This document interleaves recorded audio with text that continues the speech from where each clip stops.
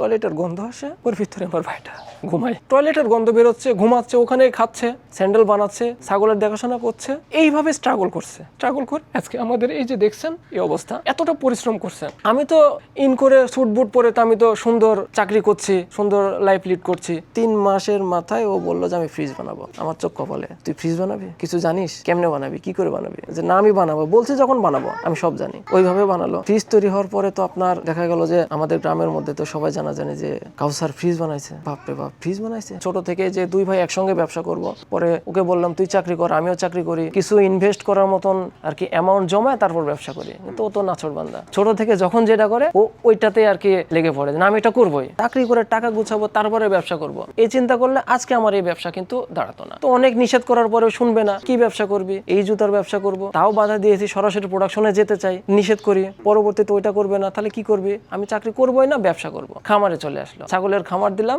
13,000 টাকা ইনভেস্ট নিয়ে শুরু, আস্তে আস্তে রিইনভেস্ট করতে 1 বছরের মাথায় দেখা গেল যে কোনো প্রফিট ওইভাবে আসে না। পরবর্তীতে 22 সালের এপ্রিল মাসে হঠাৎ করে একদিন বললো যে ক্যাঙ্গারু যে আমাদের যে ব্যবসার জুতা, এইটা আমি ঢাকা থেকে নিয়ে আসবো, নিয়ে এসে শুরু করব। তখন আমি সিলেট থেকে ছুটিতে এখানে আসছি। তো ঠিক আছে, শুরু কর যা। এখন টাকা কিভাবে কোন জায়গায়? খামারে আছে মাত্র ক্যাশ টাকা 6,000 টাকা, এটা নিয়েই আর কি যাওয়া ছাড়া উপায় নাই। আমার কাছেও তখন মানিব্যাগে কোনো টাকা নাই, শুধু বাস ভাড়াটা আছে যে ফ্যামিলিকে নিয়ে সিলেটে পৌঁছাইতে হবে। ওয়ালটন এসি এক্সচেঞ্জ অফারে এখন যে কোনো ব্র্যান্ডের পুরাতন এসি বদলে নতুন ওয়ালটন এসিতে উপভোগ করুন 25% ছাড়। Walton air conditioner, comfort without compromise. ছাগলের খাবার কেনার জন্য যে 6,000 টাকা রাখা ছিল, যে এই টাকা দিয়ে আগামী দিনগুলোতে খাবার কিনতে হবে, তাছাড়া ওরা আর কি খাইতে পাবে না। তখন আমি ওকে বললাম যে সমস্যা নাই, আল্লাহ তাআলা একটা ব্যবস্থা করে দেবে, এই টাকা নিয়ে তুই ঢাকাতে যা, ছাগলের খাওয়ার একটা আমি ব্যবস্থা করতেছি। অত্যন্ত একটা সাহসী ছেলে এবং অত্যন্ত মেধাবী। ও একবার যেটা দেখে ওর মাথায় গেঁথে যায়। আমাদের যে হাইড্রোলিক মেশিনটা দেখবেন, ও নিজের হাতে তৈরি করা।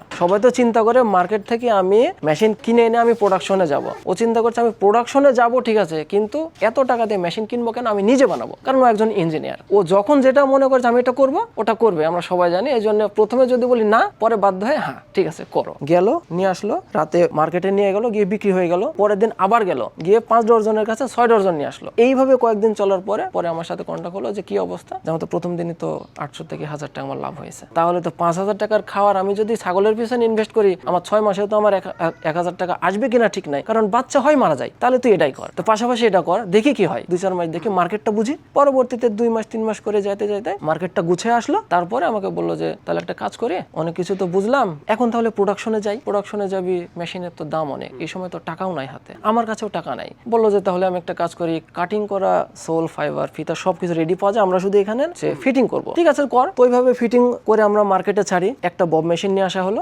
ফিটিং করে মার্কেটে ছাড়ে। এইভাবে আর কয় মাস চললো। চলার পরে বললো যে না এভাবে হচ্ছে না, আমি যদি বাইরে থেকে কাটিং করে নিয়ে আসি তাহলে তো ওইখানে আমাকে আরো বিল দেওয়া লাগে, বেশি দাম কিনতে পারছি না, যার কারণে বাইরে থেকে আমি কাটিং করা নিয়ে আসলাম, আমি মেশিন তৈরি করব। তখন ও আব্বার সাথে ঢাকাতে গেল, গিয়ে কাঁচামাল নিয়ে এসে লেদ মেশিনের কারখানায় গেল, গিয়ে আপনার সবকিছু মেশিন তৈরি করে ফেললো। তৈরি করে দেখা যায় যে আপনার আমরা তো নিয়ে আসতাম রেডিমেড, ওখানকার থেকে আরো বেশি প্রফিট হওয়া শুরু করলো। ওর যে কষ্ট আমি সরাসরি চোখে দেখার সুযোগ খুব কম হয়েছে, কারণ ফার্মাসিউটিক্যাল জব ছুটি পাওয়া যাইতো না, শুধু মা গল্প করতো কি পরিমাণ কষ্ট করছে। ছাগলের খামার যেখানে ছিল, ছোট্ট একটা থাকার জায়গা, সাইডে আপনার টয়লেট। আমি শুধু তো দেখা যতটুকু পারছি আমি টাকা দিচ্ছি, যা করার ও কিন্তু করছে, শুধু কানেই শুনছি।